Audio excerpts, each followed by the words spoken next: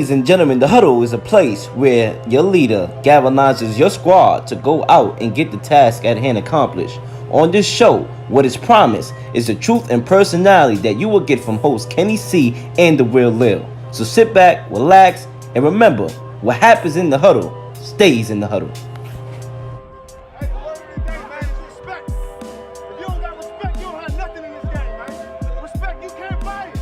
I can't assign you respect. You gotta earn it. You gotta earn it. Into another episode of In The Huddle, bringing it to you live from our cribs, as unfortunately we can't be in the studio at this time. But ladies and gentlemen, I am Kenny C. Alongside me, per usual, is the Real Lil, and this is a special episode today. We have Prince Powerule, a rapper from Queens Village, representing New York, baby. Head of the group The Leftovers, and also big info for you guys right now. Newest member and newest family member to our In The Huddle team. What's going on, my man? Salute, salute, salute to all my people out there. What's up, man? It's a pleasure to join the In The Huddle team. Thank you for the introduction. It's going to be a good ride with us, man. I'm telling you, thank you for the kudos about the rap stuff and all that. And music is a very important thing in my life, but multi-dimensional. And I'm just glad to join the In The Huddle staff. And let's get to it, baby. Yes, sir. And you know what? We did record this episode a couple days ago, Yeah. but I'm not gonna lie. We look flat. We look like Todd Gurley, brother. We look like Todd Gurley. We was in our prime, and then we just disappeared. But now we bringing the energy. I was up last night till about 3:30 in the morning on my exercise bike, watching film, preparing for today. And ladies and gentlemen, I'm just ready to get this show on the road. You heard it. Let's the go, baby. NFL films music going on in the back. Yep, Dun, yes, dun, sir. dun, Yup, dun, yup. dun, dun, And I was on the dun. exercise bike. I was ready, man. I was pumped. I was I pumped. love it. I could have ran a mile like Usain Bolt. Yeah, you did. But, well, I want to start it off, man. Let's get right into it. Yes, I want to sir. talk about the rap group that you was in and the message, behind it. Because I know you had a strong stance on gentrification. But before we even get into that, I want to know who are some of the MCs that inspired you to get behind the mic. Well, I mean, MC wise, there's a lot. My history with rap spans many decades and everything. So I was influenced as early on as guys like Run DMC and LL Cool J and Rakim, and probably one of the biggest influences on me artistically. And I can say that now because I'm finally at a place artistically that I'm comfortable with. Probably Public Enemy would be the number one influence on my career as an artist in total. Nice. The Powerule career was great. Still a member of Powerule. Very proud of those accomplishments. We are in a new world now, though, and as of 2 years ago, I started a group called The Leftovers that I'm very proud of. It's a lot more of a composition that deals with me of where I'm at right now in the state of my life as a man and how I feel socially and politically and spiritually. So I'm cool with that. Leftovers forever. And we got the new Leftovers EP that's going to be dropping this summer called Super Rats. So check that out. Nice. And where can everybody check that out when it drops? Yeah, it's going to be on all your digital platforms. And so just look for it. You're going to see it. The Leftovers NYC Super Rats this summer. All right. So can you tell us a little bit about the experiences of being a rapper and some of the best experiences you had when you was in your career, in the height of your career, the prime of your career? I mean, the highlights of my career were just to be recognized by other artists that I was a fan of. Going into a party or a studio and there'd be a guy there that I admired from back in the days, and he'd say, "Hey, I like your stuff." I remember one time I was at a party and there's an iconic picture of you. I'll share it with you guys. Of me, myself, and Run from Run D. My boy DJ Axe, and Run from Run DMC up in the party. Nice. And he came up to me and he was like, "I've been seeing you on TV and everything. You're doing your thing." And I was in shock that he knew who I was. And I knew I arrived that day. That day I definitely arrived. Real That respect's day you- real. Me and Rakim and Coogee Rap and a bunch of other guys. Real Definitely. recognizes real. Yeah, That's a absolutely. fact. I like That's it. a fact.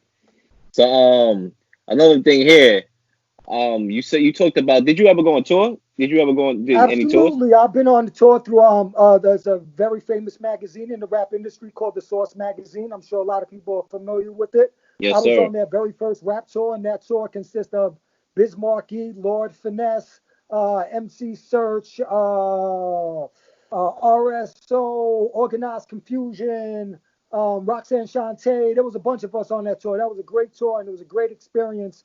And going to different parts of the country, and it actually was a black colleges tour. So we hit up all the black colleges throughout the United States. It was a great experience for myself. And then, of course, going to places like Japan, Germany, France, and stuff like that. All those things was great.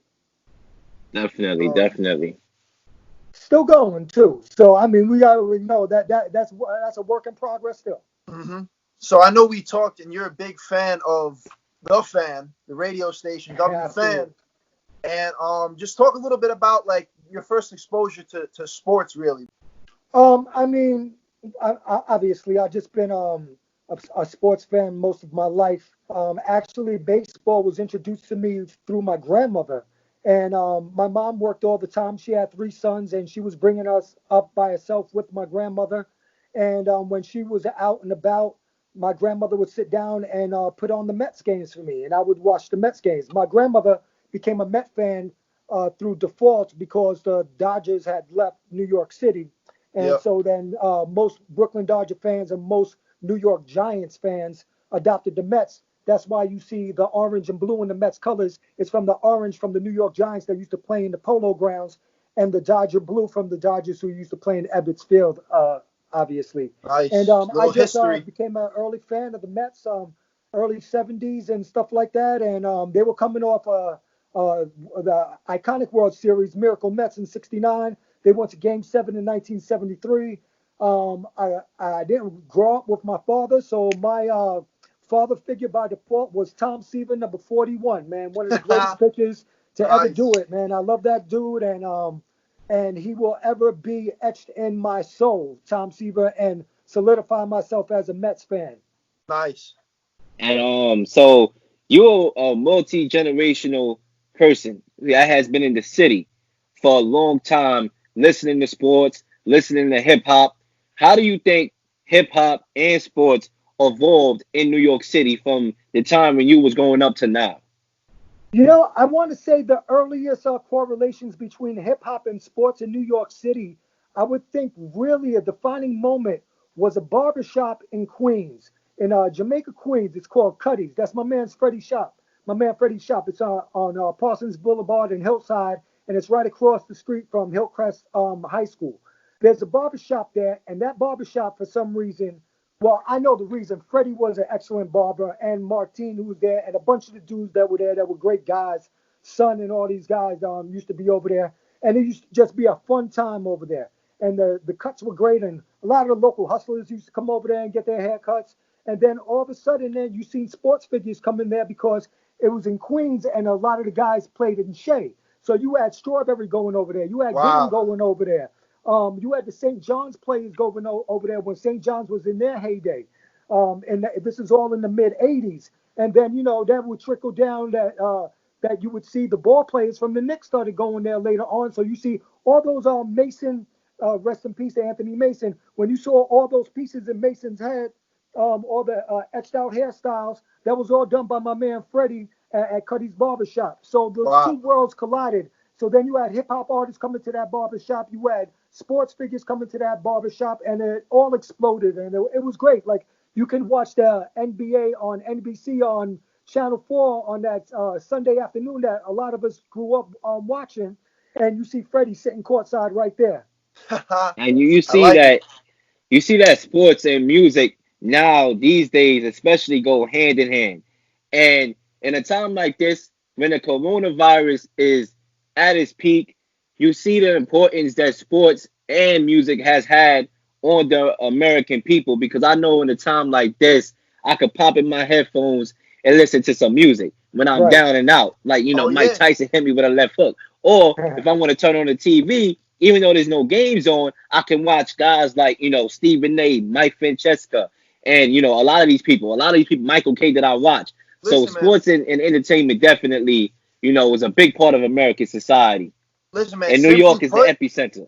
Simply put, man, music fuels the world. To be honest, like there's never a time where you can't have music, like where music is not an option. Like music is everywhere, my man. And I like how you said, especially in times when we have nothing to do, throw on some tunes, throw on some sports, watch some of the old games. Like they had the 07 Giants. I know beating your Patriots, Lil, but they had that game on last Sunday. I like how they're bringing back the throwback games. I'm in a good mood, Kenny C. I'm in a good mood. I'm in a good mood right now. Don't start. But I like it, man. But we should get down to this. Let's get down to this first topic. And before we get into the first topic, I just want to know, everybody, Kenny C, Prince, how's the coronavirus treating you right now? I feel fine. I feel great. I'm a little bit on the front lines in my day job. I'm working with a lot of people every day. I'm working at 3 to 11 shift, so I'm in contact with a lot of people. But we got the right protective covering going on, so I feel confident that everything's gonna be all right. We're taking the proper precautions, social distancing, and all that.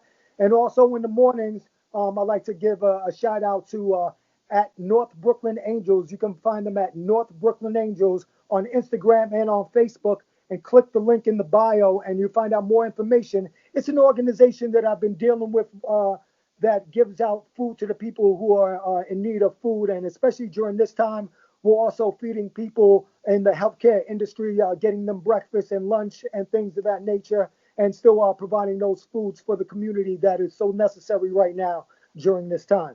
And big shout out to my brother Nelson, who's been an ER nurse for 30 years, and he's hanging in there doing this thing out in Florida. So go ahead now. That's great.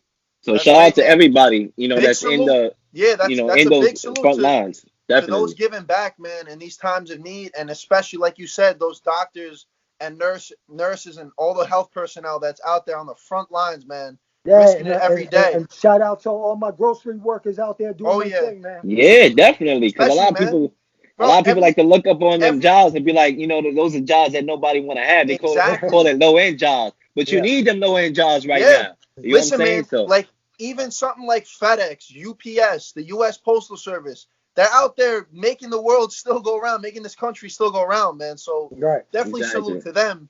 Absolutely. And in terms of me, I've just been working on the sports thing, working on schoolwork, and doing workouts on my front porch. That's it. I see you keeping the hairstyle. I see you keeping the hairstyle intact, though, Kenny. You know how it is. Looking real good. It looks like you've been getting a cut. That's a fact. That's a fact. I need to get a fade soon, but you know how it is. That's a fact. But I'm ready to get into it. I'm ready to get into the sports. We have a coronavirus update. Dr. Anthony Fauci says sports will only return this summer if played with 0 fans. Mm-hmm. I want to know everybody's thoughts on this. Starting with whoever want to take the mic. Prince, you can take it. All right, cool. I got no problem with this. Returning back sports through television broadcast or through radio broadcast, I welcome it all day long. Watching a game with the fans pumped up in the background and everything, that's great. It's a great experience, but it's a different time. So let's keep it moving. Let's get the guys back in a safe space. Let them play the games. I'm a big fan of doing a short and abbreviated baseball season. I think it would be a lot more exciting. The season's too long anyway, and I'm a diehard baseball fan, and I still feel that way. Let's get it down to maybe like 100-game season, have a shorter playoff, and have them play in Arizona and have them out there, protecting themselves away from everyone else. And when it's time for the playoffs, maybe return them back to their home ballparks. Yeah, that could definitely be a valid option. And listen, man, I agree. If we can get sports back, I don't care if there's 1 fan in the stadium. I just want sports back, man. Like you said, I'm a big Yankee fan myself. Baseball season, man, like where the hell is baseball? I'm missing it right about now. I need it.